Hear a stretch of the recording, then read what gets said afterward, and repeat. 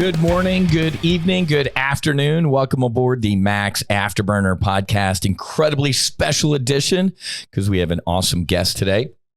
But before I introduce my guest, who needs no introduction, obviously, what an incredible week this past week. Flew up to DC on behalf of the Psychedelic Medicine Coalition, and I was on a panel with Tim Ferriss, Rick Doblin from MAPS, Dr. Matthew Johnson from the Johns Hopkins, and also Jesse Gould from Heroic Hearts. And folks, it was a God moment. It was incredible. Got to walk around. I got to experience what walking the halls of Congress means. Big buildings, meeting with senior staffers, legislators, quote unquote leaders, and briefing them on the on-air movement on psychedelic-assisted therapy. Melissa and her team at the Psychedelic Medicine Coalition just knocked the cover off the ball. Love my brother Daniel. Daniel Carcilla was there, and obviously Cody. You all know who those two gentlemen are. It was just an incredible event. And speaking to the staffers, really eye-opening experience for our quote-unquote leaders. And it's really interesting to see this kind of Washington standoff, right? Whether it's over in the DOD or the VA, the DEA, let's just throw the alphabet agencies out there. They're all kind of winking and nodding at us going, yeah, this is awesome. We'd love to be moving on this stuff, but we're unelected bureaucrats. You got to talk to the other end of this town and the leaders, right? So lead, follow, or get out of the way. When we were up there, Senator Booker and, Senator Paul, the literal odd couple with that Right to Try Act. I love that that's happening, but the fact that you kind of get a right to try when everything else, when you're at rock bottom or there's nothing left, is kind of stupid, in my opinion. It's like the movie Minority Report with Tom Cruise, man. We need he was in the Department of Pre-Crime. We need the Department of Pre-Suicide. You shouldn't have to get to rock bottom in order to quote the right to try. It's just absolutely insane. But what an honor it was walking around Capitol Hill with Rick. He and I sat with the chief of staff of the congresswoman who runs the district where I flew Hornets, and good stuff. I think he said we might be invited back to actually testify under oath in front of full committees about how this stuff's going. But it was great to be on stage with my brother Jesse Gould from Heroic Hearts. He's got the ground. I'll take the air. As many of you know, a lot of veteran aviators, when we get done with the military, we head to the airlines, and of course, we tell the FAA that everything is perfect. There's nothing wrong with this, because if we're actually honest, we're not flying for the airlines. So something's got to give. Something has got to give, and the time is now. So really fired up. I appreciate all the thoughts and comments on social media. It was cool to be up there in DC. Never thought 5 years ago, me thinking I'd be in DC with that august group talking about this topic. There's just no in hell I could have predicted that. So I'll get you the clip if you didn't see it. Melissa and her team at the Psychedelic Medicine Coalition will get us the kind of a clip. And then Rick actually had like a film crew following him around, so they might have some cool footage as well. So anyway, let's get airborne. Hi, Suzi. Hi. How's it going? Good. It's good. So what did you do recently? Well, I spent a week at the Psychedelic Summer Camp in Costa Rica. Awaken Your Soul. It was amazing. What a place. Psychedelic Summer Camp. Yeah. I love that. So when we were down in Costa Rica a couple weeks ago, she came up with that. Now, why are you calling it that? Why is it Psychedelic Summer Camp? Well, it's funny. We had just done like some breath work thing, which was incredible. And when we're done with the breath work, which I kind of felt like was my DMT, because I never got the 5-MeO true experience. I felt like I got it with that. Mm-hmm. But when we all sat up, I was like, this is like a summer camp here. We got arts and crafts and we painted rocks. We, breath work, sound healing, every activity. Hikes. Hiking. Our counselors were cool. Exactly. Our bunkmates were fun. Yeah. It was great. Yeah. Yeah. That's awesome. Yeah. All right. So for those who are new, if you haven't listened to episode 33, you got to go back and listen to Suzi's initial medicine debrief, where she did a heroic dose of psilocybin and then attempted the 5-MeO, but not being a smoker or a toker or a midnight joker, didn't. She got exactly what she needed. Yes. Right. So why?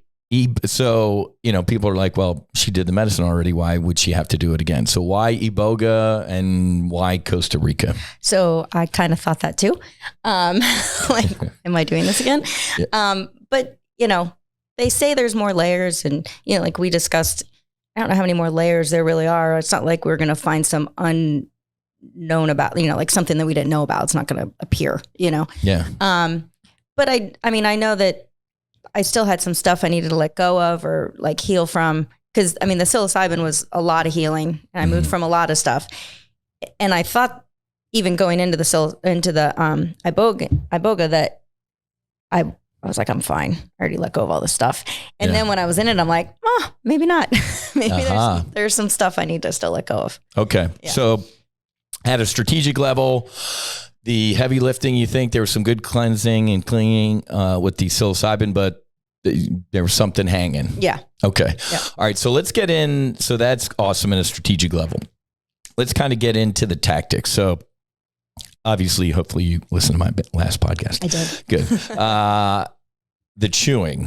Tell us about your experience sitting at the fire circle, because you were next to me. So Rosie, then Aaron, then Whiz, chewing away. So tell us about your experience with the medicine tactically, and then we'll get into your journeys. So I, just looking at the pictures of people taking the medicine, I had myself. Where'd you see that? I looked on Awaken Your Soul, and there's a picture of Why didn't you tell me that? I didn't know that. But it just looked like this heaping mound of bark. Dirt. Yeah. And bark. I'm like, how do we even do that? Like I freaked myself out how I wasn't even do it. I'm like, can I have it in a capsule? Like even before we went to the ceremony, I made a comment to Troy. I was like, so what if I can't really I got texture issues. Like, what if I can't do this? And he's like, we can give it to you in a pill. I'm like, okay, good. Yeah. Right, fine. But we didn't. So, would have been a lot of pills though, because that was a big scoop, right? Yeah. So, so they, they give you the medicine and they put it in your mouth, and you're like, I have no idea. You're like, all of a sudden your mouth is the driest it's ever been. Yeah. You cannot swallow that stuff. There's not a chance. It's tough. So chewing is disgusting, as they said, but I really didn't what do you do with it? Well, I was like, you couldn't just swallow it. Right. And you and Rosie are over there chomping away. I'm like, okay. And Aaron. Yeah. I'm like, am I supposed to chew this? So I was trying to move it around to get it down. And then I just took the water and was like, that's it. Yeah. Yeah. Okay. So hanging out, then what do you do? What happens? Well, we were hanging out, and I'm like, I think you said in your thing, the wind was really bad and the smoke was blowing in our faces. Yeah. So I was kind of like, do I want to sit here? Am I going to be able to walk to get to the bed? Like, I don't know when to go. So I was like, all right, well, I'm going to go to the bathroom. So I got up because I didn't think I felt anything. And as I'm walking, I'm like, okay, my feet feel a little large. Like, I'm going to have a hard time here soon. So I went back and sat back at the fire. And then maybe 10 minutes later, I was like, all right, I'm just going to go lay down before. Mm-hmm. What was the onset? How could you tell that the medicine started working? Well, when I walked to the bathroom, my like I said, my feet felt like I had clown shoes on. I was like, okay, I can't really walk. And then going to the bathroom, I could when I was walking back there, I could start to see tracers. I call it, so white stuff flashing. Mm-hmm. And I was like, okay, I'm starting to get a little dizzy. Maybe I should, So that was kind of how it was onset. Okay. So you bailed and you went to your bed. And as I debriefed last time, you and I were on opposite ends of the temple of this sacred space. So you get to your bed and talk us through it. Yeah. So that I did have to trust the process on that, because I was like, oh, I want to be able to see him. But yeah. And when I got up at one point, I was trying to look over there, but I couldn't see what was going on. Mm-hmm.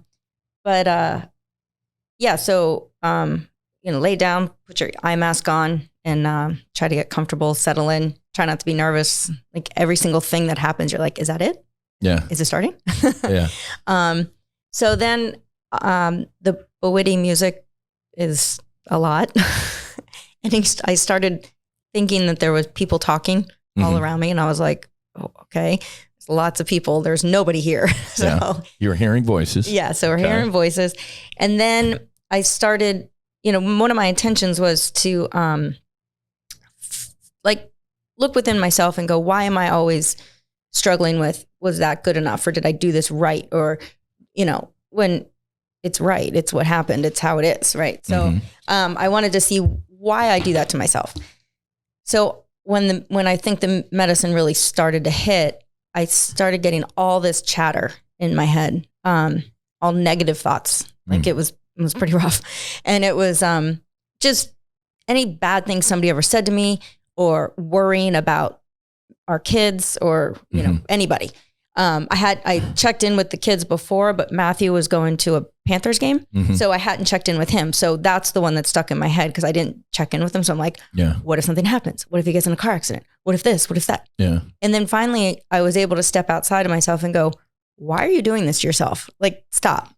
And I remember everybody saying, you can talk to the medicine. And, in my initial call with Troy, he was like, you can talk to the medicine. You can ask it to be gentle.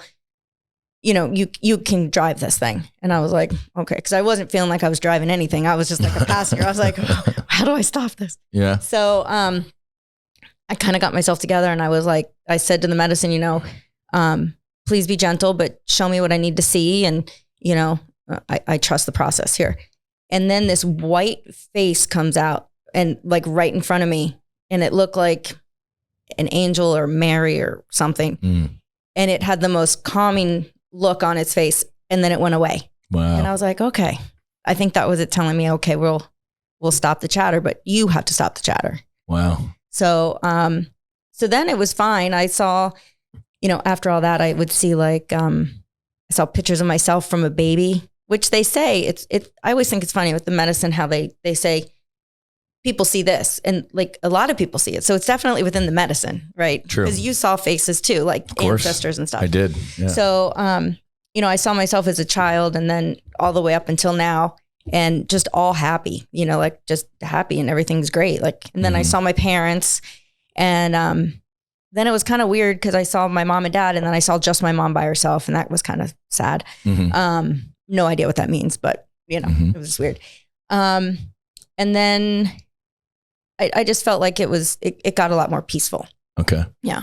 And then, so when you saw those different points of your life, you saw that not as in it, you were an observer of it. What was your observation as you saw stuff like life events? Yeah. Well, so, we could jump to the second ceremony. Oh, that was second? Yeah, that was second. All right, then, let's finish up first. Okay.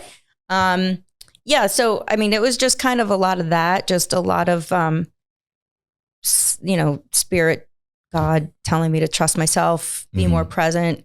Don't worry about people so much. And really whatever you do is, especially if you're leading with your heart, like I always say to you, cause when people are mean to you online and I want to yell at them, I'm like, you're leading with your heart. So you can't go wrong. Right. Like you're not doing anything to hurt anybody.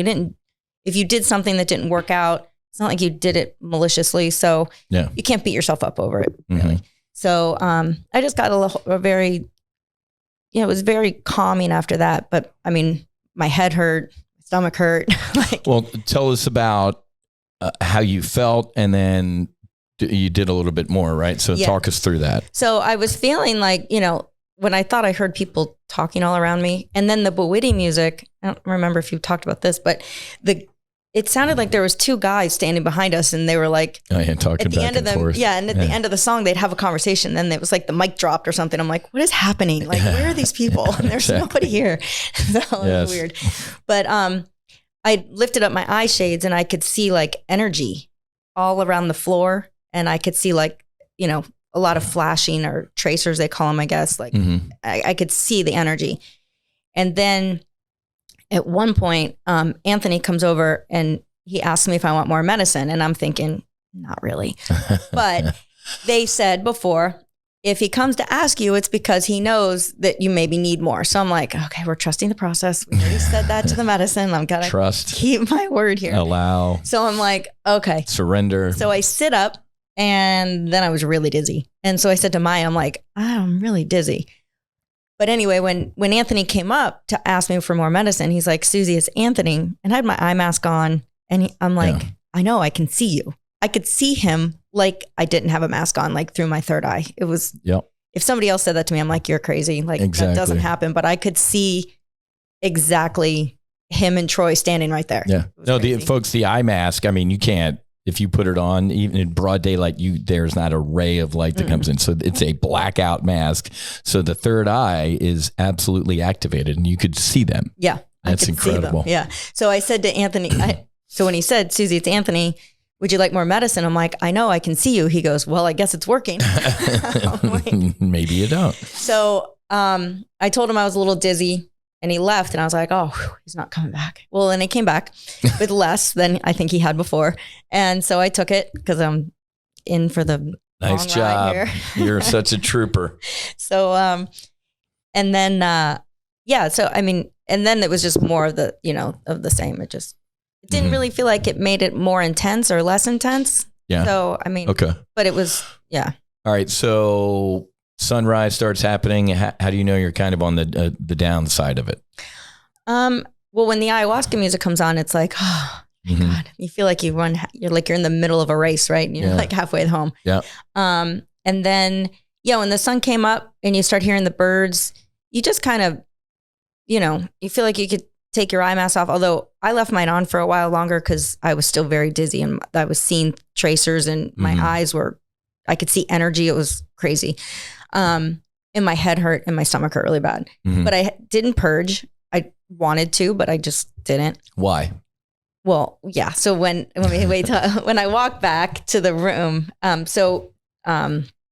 Joe walked me back to the room and my head was killing me. I think because I'd been looking through my third eye for like 8 hours. Yeah. And my stomach was, and she had made some good points about your stomach is you hold a lot of stuff in your stomach. Correct. And so we go in the room and I lay down and I'm like, oh my God, I'm never going to be able to sleep, but I'm so tired and whatever. So the second she closed the door, I threw up or I purged. I didn't really throw up, but I purged in the bucket. But I think that's typical of me because I don't want to be a bother to people. I don't want to cause a scene. I don't want to be like people to worry about me. I definitely didn't want you to worry about me. So it was like the second I was by myself, it came out. Yeah. What did it feel like? If it didn't feel like, quote, getting sick, what did purging feel like? Yeah. It felt like, I'm sitting there, I'm like, okay, I think I'm actually going to get sick. And I could feel like, it felt like dark. And it felt like this dark was coming up and under it, it felt very light. And when I got sick, I just felt so much lighter and better. Yeah. Wow. So you shared something with me when I was with Jack in Boulder about that. A week later. Yeah. Almost a week later. Weeks later. Yeah. Early. What was that? Oh yeah. A week later. Yeah. So, like I was saying in the beginning, I thought I let go of a lot of stuff. I thought I moved on from things or whatever. And when that happened, I was like, I just felt so much more free. And then I was, I'd said to you, I'm sorry that I was holding on. I thought I wasn't holding on to stuff and it would come out. And I didn't even realize it, like how it would come out maybe towards you. And I just feel like that's all gone. So it was in your subconscious. Yeah. And then purging actually got rid of it. Yeah. Wow. That's big. That's huge. That's some awesome healing. But it was a workout. So talk us through the rest of the day. Because I obviously on the last one told, I came and looked at you a couple times, because you're torn, right? Because there's your bride. She's curled up in a ball on her bed and there's a bucket next to bed. I'm like, she's got to go through it. Yeah. So I forget when you finally kind of saw me or rolled over, but talk us through the rest of that day. Yeah. So, you go back to the room and they're like, we might want to put your eye mask on. And I'm like, I'm not putting my eye mask on. Exactly. I want to go back there. So, I just tried to sleep and, even when you're sleeping, it's kind of still an awakened dream because you're kind of asleep, but you're downloading stuff and, it also felt like at some point, like things were just coming out of my head, like thoughts, like when I was having the chatter thing and it went away. Yeah. Like it's like a filing cabinet almost. And it just like they went out. Started clearing, it was cleaning. all gone. Yeah. Wow. Yeah. So the rest of the day was a little bit more of that. I really wanted to take an Excedrin, but they said you can't take anything. But that's right. And then I finally woke up. I saw you. I was so happy. I was like, oh, thank God. Yeah. Somebody. But here's a human. Yay. I got a massage. And oh my gosh, this massage lady was amazing. She was awesome. Yeah. And I'm not a big fan of like rub my stomach. But she's like, well, if your stomach hurts, I might be able to work some of the energy out or whatever. And she did. I mean, it felt a lot better after. And she put like rose quartz on my head and rubbed my head. Like she was like an angel. Yeah. It was great. She knew exactly what to do. She's been working with the medicine and been doing this for so long that she can feel and read the energy the day after the medicine. So brought you some fruit. Yeah. I think you took one bite. Yeah. You didn't come down for lunch, right? No. Yeah. Came down for dinner. Yeah. And then... Oh, the chicken noodle soup smelled so good, but it was awesome. Couldn't do it. I couldn't do it. Yeah. So I laid on the couch. It was the first meat I had in like days, man. I needed that chicken noodle soup. I know. I felt so bad for you. By like the day after that, you're like, I need a steak. I am. I was weak. Yeah. It actually made me. No offense to all the vegans. I need a meat every once in a while, man. Okay. So you tried to eat a little bit. You didn't. And you ended up like laying on the couch over there as we're all just kind of hanging out. Yeah. Tell us what your mindset was, because it didn't look pleasurable. Well, my mindset was good. Like I felt good mentally. But your mindset towards doing it again a couple nights later. No. I even said to you, I'm like, I am not doing this again. Exactly. So she's like, I am not doing this again, period. I'm like, all right. Yeah. But all the chatter, like Anthony's like, 80% of the people, 90% of the people that go, I am not doing this again, do it. Right. So the next day, not to jump too far ahead, the next day I did a sound bowl healing with Troy. Yep. I think it was the next day. Or no, it was the morning of the new one. I did the thing with Joe first. Yeah. So there's the discovery day where you're still kind of in it. And then the integration day, which is a full blank day. Yeah. Well, we did some, whatever it was, yoga or the talking with the plants or whatever it was. So. Yeah. And then I also did a sound tuning thing with Joe, which was very interesting. That was very cool. Yeah. To do, especially right before the second ceremony, because what it is they, and then I'll get back to what I was going to say about the other thing. She does this with like a tuning fork around your body. And she would ask like, tell me about when you were 42. Tell me about when you were 7. Tell me about, and I'm like, okay. Yeah. And then, but when I think about it, I'm like, oh yeah, 42, this happened. Correct. Oh, when I was, in 4th grade, however old you are, she's like, and she had the tuning fork by my left arm. And she's like, when you were 12. And I was like, I broke my arm. She's like, crazy. She's incredible. She had no idea that I broke my arm when I was. She nailed a couple things with me, the age and the part of the body that was off. Yeah. It was insane. Well, and I thought it was interesting because she's like, there's a lot of blockage on your right side.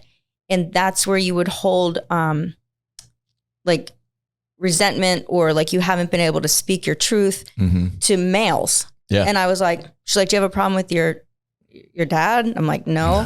And I'm like, no offense, honey. I love you. Yeah. I'm like, maybe my husband, some stuff. I'm sitting right here. Yeah. But it was great to see because then I was able to focus in more on it, sit with it. And in the next ceremony, I was able to even let go of more, I feel like. There we go. So there's a method to all of this stuff. All right, now go back and finish the. Yeah. So it was funny. So when I did do the sound bowl thing with Troy, he said, because I told him too. I told Anthony, I told him, I was telling everybody, not doing it. Not doing it. Not going to feel like this again. I literally want to die. So it was great, but I don't want to feel like this again. Correct. And so Anthony's like, whatever you want to do. You're here. You do whatever you want to do. You can do a little, you can do a lot, whatever you want. You can do nothing. Whatever. Exactly. So I was telling Troy again, I was making sure everybody that was going to have their hands on the medicine knew I didn't want to do this. And Troy was like, I got to tell you something. He's like, the first time I did the medicine here, the next day or the discovery day, he's like, I laid in the grass and I told them that the medicine told me to not do the medicine again. And he's like, they obviously knew that was not true. Exactly. I ended up doing the medicine again. And now he's an incredible human being, right? He's a medicine worker. Yeah. So it was fun. So I did feel better that I wasn't the only one that was being a baby. Yeah. But so then going into the next night, I just did less. And the next medicine night. Yeah. So fire circle, everything like that. What did you tell Anthony when he came up? I said, I want to do the littlest amount of Iboga that you've ever given to anybody ever. Yes. He's like, okay. So he gave me like probably a little more than a microdose. Mm-hmm. He did come around again and ask if I wanted more. I probably could have done more and not have felt like I did because I didn't do that much at first, but I felt good. So I was like, I think I'm just going to ride this like this. Okay. And it was a completely different experience because I wasn't not that I was in pain, but like my head didn't hurt. So I wasn't focusing on like not feeling well. Perfect. And I was able to just focus on whatever. And it was interesting because at first I'm like, all right, maybe I'll just get a good night's sleep because I don't know if anything's going to happen if I took that little, right? So I'm laying there. And then all of a sudden I see myself, like you were saying earlier, like hovering over events, like the happiest moments of my life, our wedding. I saw, having the kids, just, fly-ins and whatever. And I could see that I was very happy, but I could also see that I was holding myself back from being truly happy because I was worried about, is this right? Is somebody worrying about what other people think? And it was a really good lesson in like being present. Yeah. Because that's what you want, right? Those are all the things I dreamed about that I'd ever wanted. And I was happy, but at the same time, I was holding myself back a little. Yeah. So. There was something nagging you in those moments, but now the medicine kind of gave you a cleansing, like be present. Yeah. This is these moments in the here and now are just absolutely incredible. All of those special moments. Yeah. And however they unfold is how they're supposed to unfold. Exactly. Yeah. Everything happens exactly the way it's supposed to be. So the second time wasn't as physically taxing on you. Right. Yeah. Yeah. Okay, cool. Yeah. Cause I think I allowed myself, like I said, I thought I'd let go of a lot of stuff and I did from the psilocybin, but what was left was still hard. Yeah. So it was, once that was gone, I don't think that even if I took more, I don't know that I would have had as rough of a time. Yep. But it was a lot easier. Well, it sounds like we had a similar experience because the second night it was kind of like I was just giving thanks. It was kind of like, you're here, you're good. The medicine did an inventory and said, nah, man, I think we cleared up a lot of stuff. Right. So, at the end of the day, bottom line it for us up front. Are you good? Give us your overall experience with the medicine work so far. Yeah, I'm good. I feel a lot lighter. I mean, there's still days obviously where I'm like, whatever, it's a work, it's a journey. Sure. So, but at least now I can recognize when I'm going into these old patterns or whatever, and I just can steer myself the other way. So. That's cool. Well, that's very good. So talking to all the women who are listening out here, what would you recommend? And it's interesting because you started with the psilocybin, little MDMA appetizer, and then your 5-MeO. Is there an order you'd recommend it, or do you prefer one medicine over the other? I mean, because I think if you had done maybe the Iboga first, that would have been the big heavy cleaning. Right. Like, we'll probably hear from Rosie or Aaron. It just depends, right? Because as you know, with my Ibogaine, that was a nuclear bomb. Right. So is there any recommendations or what direction do you lean? I don't know. I think, it's hard for people to take a full week. So maybe psilocybin for some moms that need healing, but don't have a week where they could go. But the Iboga was definitely, it was definitely softer, honestly. Like you were saying, a slower climb. The psilocybin was the whole time. It was like a movie. It was just going. Yeah. And this was kind of like, you'd see stuff and then you'd be like, is that it? Oh, there's more. Is that it? Is that, so it kind of went in waves. Yeah. So I don't know. I mean, I think they're just totally different. I don't know if one is more healing than the other. I do think at first when we were going, I'm like, why do we have to do this twice? Like, can't we just do it once? Like, what's the problem? But now I get why they do it twice. And I definitely think that that's great for people with maybe more trauma because you get two experiences. Yeah. You know? Well, and you get to kind of debrief the first one because it sounds like, yeah, you kind of got some heavy cleaning and lifting done on the first night, and then you're better for the second night. Yeah. But you're right. Yeah. I mean, 8 days is a lot to take off for some folks. I know, we had some veterans who thought about coming, but just can't find that time. Right.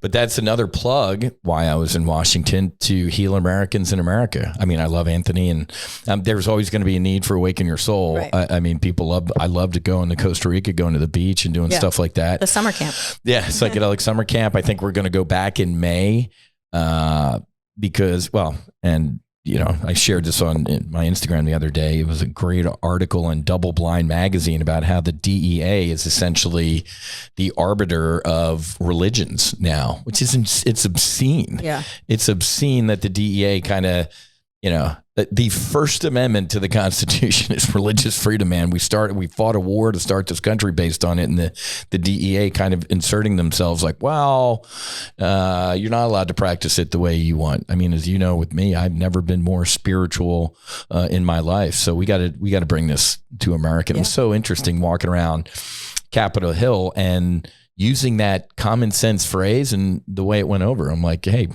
Congressman, why don't we heal Americans in America? And they're like, wow, that's brilliant. I'm like, aren't you a fucking leader, dude? Right. Lead. Yeah. But as we've talked about, this is a we the people movement. This is definitely not the VA is going to come up with this on their own, or, and the fact that we're having to drag slowly Republicans over here is a little maddening to me. And it was interesting because I mentioned I forget which legislative aid it was, and they were digging everything I was saying, and I was like, I don't know how the spirit hit me. I'm like, well, and think about this. Look at all the, the money we're pumping into Ukraine. Look at all the veterans from the Ukrainian war that are going to need healing, and they're like, oh my God, that's brilliant. I'm like, how about our veterans first? Yeah. But they kind of lit up on the whole, oh, that's even more brilliant that, Ukrainian veterans and Russian. And I actually said that, and they gave me a little bit of a look. I'm like, well, guess what? There's going to be Russian kids that need healing and Ukrainian kids. So let's stop some war. So, all right. So any recommendations on the female side of the house for anybody who, if this medicine is calling to them, what would you recommend as a female, either pre-flight prep or doing the medicine or post-flight debrief stuff? I think that, it's, you definitely have to go through somebody that knows what they're doing, obviously. Mm-hmm. But the prep is just, sitting with yourself and taking the time. I know me personally, that's part of what I got out of it is I need to take more time for myself. Mm-hmm. Also, because if, I take time for myself, then other people will be happy. Kind of like you say with the airplane, with the mask. Yeah. So I think for women or moms or whatever, we need to, put yourself first. Mm-hmm. If you feel like you need the healing, take the time for yourself because, we were gone for 8 days, and that was also a big draw. Like, you want to go to Costa Rica with your husband with no kids for 8 days? Yes. Oh, do I have to do Iboga while I'm there? Damn. Okay, exactly. Yeah. But, take the time, even if it's, you only get 2 weeks vacation or whatever, but it's worth the 8 days for yourself, because in the long run, when you're better, everybody's better. Correct. Yeah. That's what I got that night, when I looked at that picture and it was of us and our family and, what more could you want? I said, well, I want them to be happy. Oh, you got to be happy first. Right. So take time for yourself. How about the actual physical journey itself? Do you think your head and your stomach hurt because the medicine was working, or were you dehydrated or anything? Because we drank a lot of water. You walked around. Yeah. So I think maybe it was the medicine doing some work. I think the medicine, they say, does dehydrate you a little. So it could have been a small combination, but I think there was a lot. There was the beginning part with the chatter. That was a lot. And that's when my head started hurting. And so okay. I think it was the medicine. I also get headaches all the time. So I'm kind of a headache person. But I think it was the medicine working. Honestly. Okay. Got to look into headaches thing. Have they been still since the medicine? I haven't had one since. Well, that's an important fact to bring up. Yeah. See, there you go. There's learning. Okay, that's good. What about the after? Do you have any recommendations for after the medicine and women as they integrate, especially since now you finished your 6 months of training? Oh, yeah. Congratulations, by the way. Thank you. So yeah, I was thinking this actually. I think when we were sitting outside on the balcony of the room, I made this comment, like, you have to remember you can be where we were that day. Like, cause you come out of these things and you're like all raw, right? So it's love and light and everything's great. And I remember saying to you, like, we can always be here. Like we have this within you. So I think the integration thing would be to definitely the journaling, because then you can go back and read and go, oh remember this. And just try to make those things that you saw or the ways that you felt the days after, part of your regular life. Yeah. Like you gotta, change the patterns. You get the rut, where you're in that same thing all the time, and you've built it up over a long time. So it's kind of like a gutter, right? So to make a new path, you just have to really take the time and, remember, journal, meditate, take time for yourself. Yeah. And then the microdosing helps too, right? You're still doing the psilocybin or? Yeah, I do the psilocybin. I take some time off from it though, because it gets me a little anxious for some reason. But yeah, I did a little of that MDMA that one day. That was good. So yeah, microdosing is good for sure. Okay. Yeah, it helps. To get back every once in a while. And you brought up, since, you had problems with the bufo, with the toad, the breath work, that holotropic breath work was pretty incredible. Yeah. Joe did an incredible exercise. So it's awesome because it really is psychedelic summer camp, because there's enough downtime that's awesome. And then there's enough activities that are mindful and supportive of the medicine, which was really cool. And then you can do one-on-one stuff, whether it's the massages or the sound healing, the sound bowls, or Maya with her meditation and stuff like that. All of the activities that were planned were just perfect. It was perfect. Could not have been planned better. So you're good. Yeah. For a while. I think I'm good. You reach your cruise altitude. Yeah. Because I feel the same way. I mean, I'll never say never, but I And I don't want to jinx it, right? Like, there's still more healing to go. Right. I think I'm pretty good. I think the only way that I would maybe want to do it again would be, if ego and layers and stuff starts building back up. Correct. But you just need to be mindful and not allow that to happen, right? I mean, your ego's there. It's part of who you are. So it's not going to go away, but you just have to keep it in check. Yeah. And I think as long as you integrate properly, I don't know that I need to do it again. Yeah.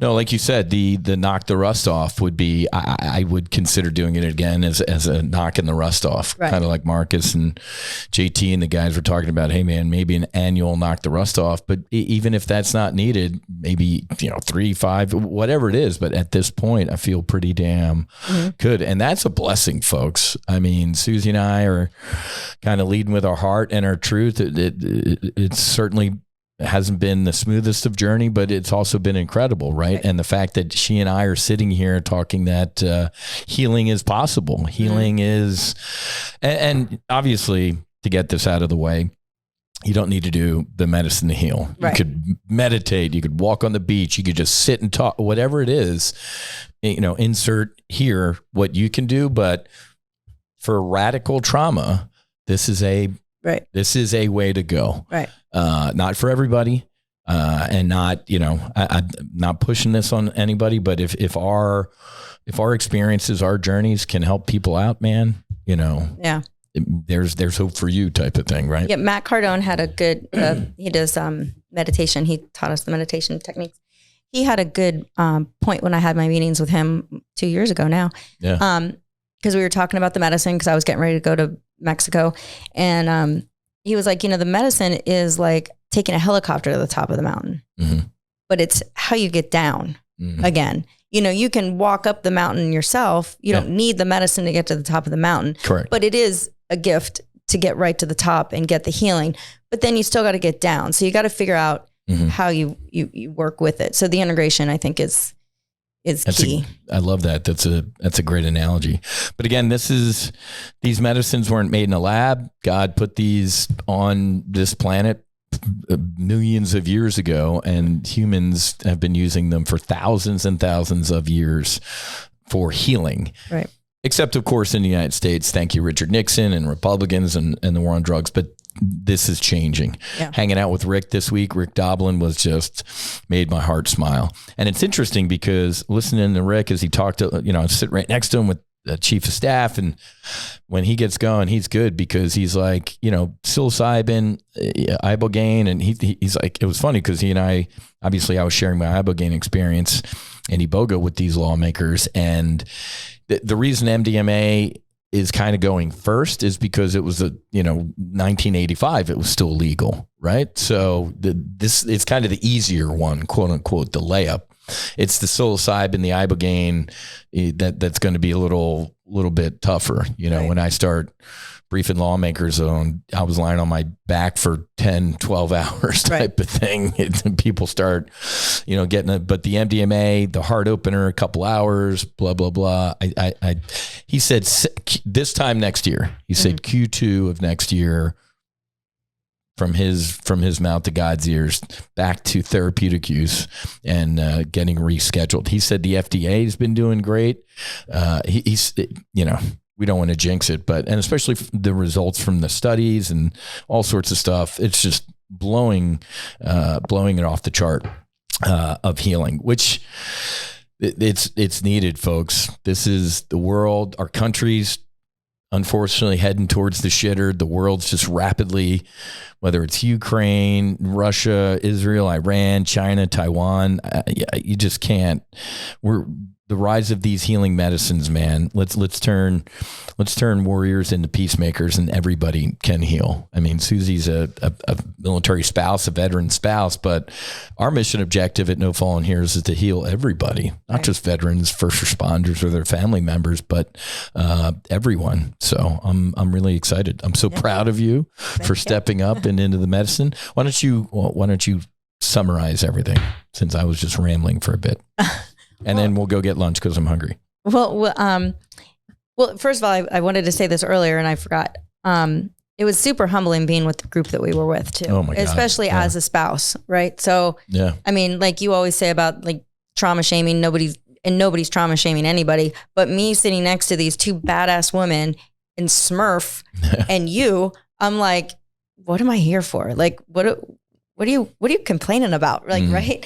So, it was very humbling and it was an honor to be there with them. So it was very fun. But Suzi's right. We don't trauma shame, man. Trauma's trauma. Right. If something hurts you, it hurts. You're right. Because you can't sit there and compare, but you're absolutely right. But yeah, it was cool to be there, with such great Americans. Yeah. It was really fun. And the people, the staff, from the chefs to the people that were watering the grass to every single person that was there. I mean, could not have been more amazing. Anthony has quite a thing going on down there.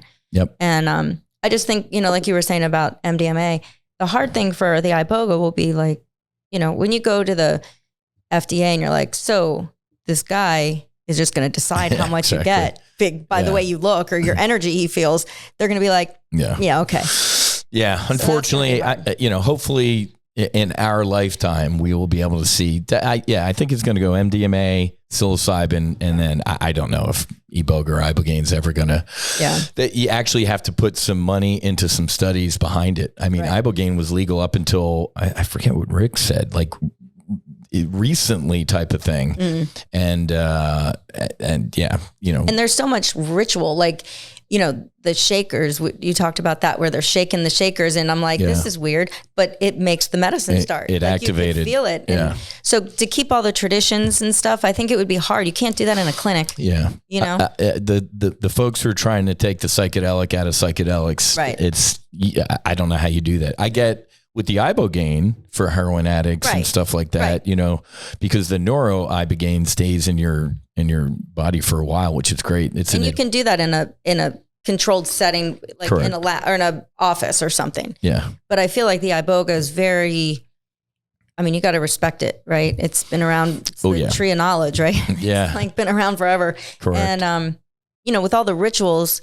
I would hate to see that taken away. So I'd almost, you want it all to be legal because it should be. but you just don't want them to destroy it. Correct. Yeah. Definitely legal for therapeutic use. And like we've always said, this ain't fun. No, this was this was work. It is work, but if it's healing work. Right. If you are interested in this healing, and as we say often, the medicine calls to you, listen. And if you have any questions, you can reach out to Suzi, me. You can reach out to our foundation, our director of medicine operations, our new chief medical officer, Rosie, who's just an absolute badass. We're putting together an incredible team, and hopefully in the veteran space, I love Heroic Hearts and Jesse, and we're one team, one fight. Yeah. Ain't no competition. It's only cooperation, because the mission is saving lives, and gotta get rid of the egos, because there's so many people to help. There's no way one foundation can help everybody. It's staggering the amount of people who reach out needing help, which is good, but it's also bad. Yeah. Shameless plug. We need funding, folks. Please head to our No Fallen Heroes Foundation.org. We put a new video up there. We have a jet page. If you're interested in flying in a no shit real fighter jet, it makes Suzi miserable. You can take her place. I mean, we budget about $5,000 per veteran to do a retreat. So you make a nice donation to sponsor a couple veterans for treatment. I'll take you flying in the fighter jet. You get down here to South Florida, and you're physically capable to get in the airplane, and just kind of read the disclaimers that prevent you from going on a roller coaster. If those are good with you, we'd love to take you flying. But we need funds. We need our next healing journey. I think we're going to go back to Costa Rica in May, and Anthony gave us an incredible deal, because but he's not a charity, and people need to get paid, and we got mortgages and stuff like that. So we need funds, folks. So please, if you can, throw a couple shekels at our foundation, and we'd appreciate it. So thank you, Susan. Thank you, my beautiful bride. I'm so proud of you. Very courageous for doing everything you've done, and thank you for leading with your heart and your truth too. I think showing the world that you and I can heal and get better is just it's just an incredible thing. It's a God moment. So I love you. Thank you for all this stuff. So folks, good stuff. Up next, I'm going to either have Rosie or Aaron or Smurf, and I'll try and have Anthony on too, so he can kind of brief you some of the tactics of Awaken Your Soul. I have so many people I want to get on the podcast here and debrief. That's awesome. Shameless plug, next week, Full Throttle, man. Join us. Head to go.topgunoptions.com/FT, which stands for Full Throttle. We're going to open up the doors to Top Gun Options for 3-4 days next week. That's what I do, folks. I don't market Top Gun Options. I just open the doors, and you get to see what I'm doing with my current members. Ain't no PowerPoint slides or death by PowerPoint, and what I do should sell itself. It was so fun being in Washington this week, because Jerome Powell was testifying, and the market imploded, and we had bearish positions on. And as I was walking around DC, I love looking at my phone and seeing the market imploding, because we made money this week. I think over 10 grand-ish in bearish S&P 500 trades. So go.topgunoptions.com/FT. Okay. Have a great rest of your day. Happy hunting. Make sure you hedge. Fights on. Namaste. And Basi Basi.